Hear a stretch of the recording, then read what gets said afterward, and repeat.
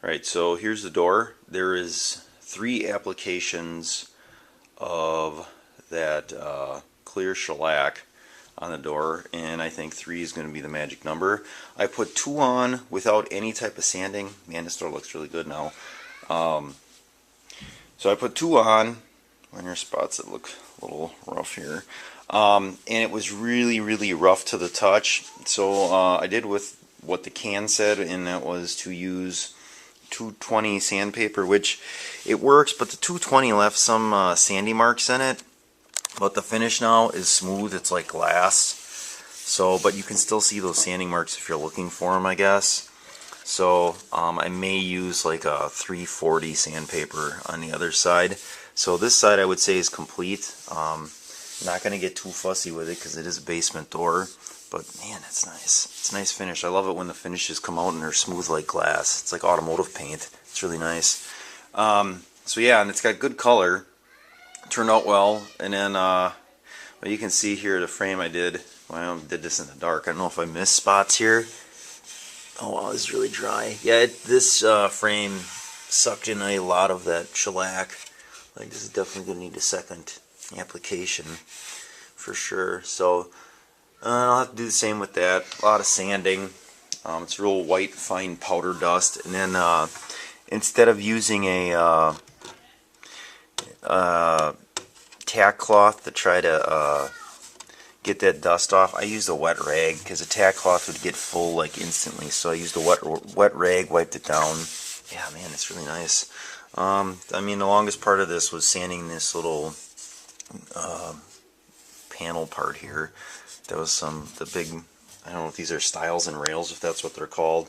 That part went pretty quick. So that's good. I can flip this door over and I'll start doing the other side and get moving on this. Okay, so then update on this part here. I got my outlet here, cover on. The walls all been painted with my white Sherwin-Williams. It was like, I don't know, some sort of ceiling paint or eggshell finish. And the coax I also ran yesterday too. I ran that, like I said, the quad shield or whatever. And since I can't do much with the door until I get that all finished, because it's easier to do the shellac with the door off than on. Same thing with the frame. I'm working on figuring out what I'm going to do here with baseboard stuff.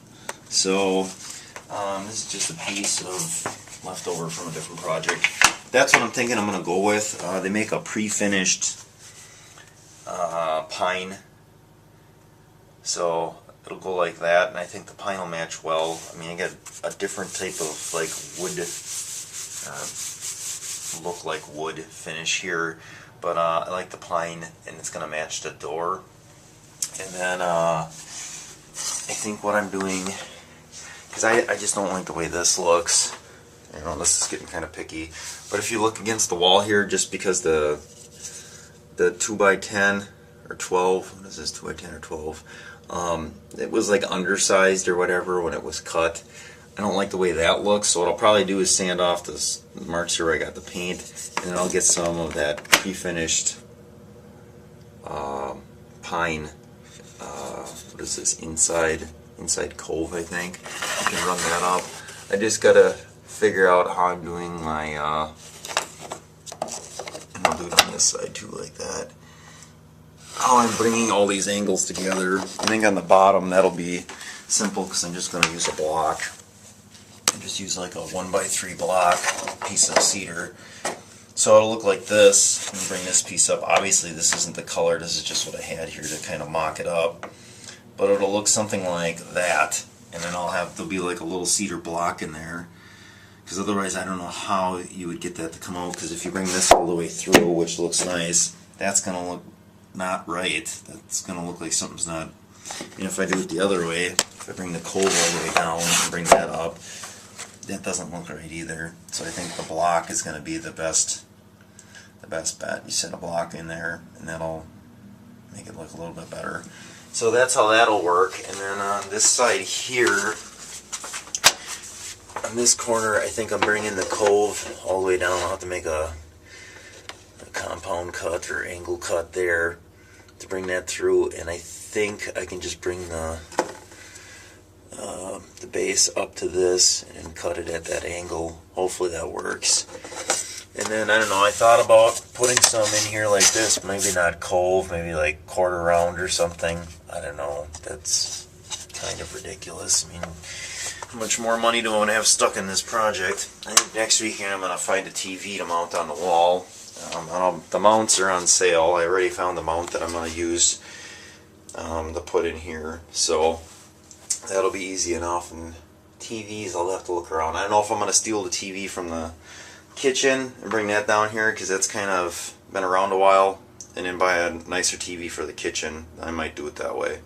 So yeah, this is where I'm at with this. It's slowly getting there. Oh, and then this side here, I know what I'm using for paneling. It's actually a plywood, an outdoor exterior grade plywood. I think it's called Breckenridge.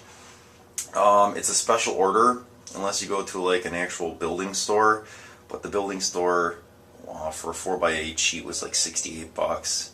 Yeah, I know, that's expensive, but it's, I think, what they call a cedar, and it's like a rough finish. You'll see it when I get it. I'm hoping you can get by with one sheet, because Dad's got part of a sheet left when he did a different project.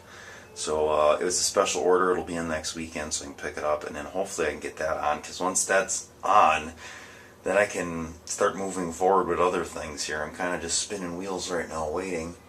So that's why I'm messing around with this over here. I thought if I could get the base and stuff put on in the quarter round, that'd be something. So there you go. That's where I'm at.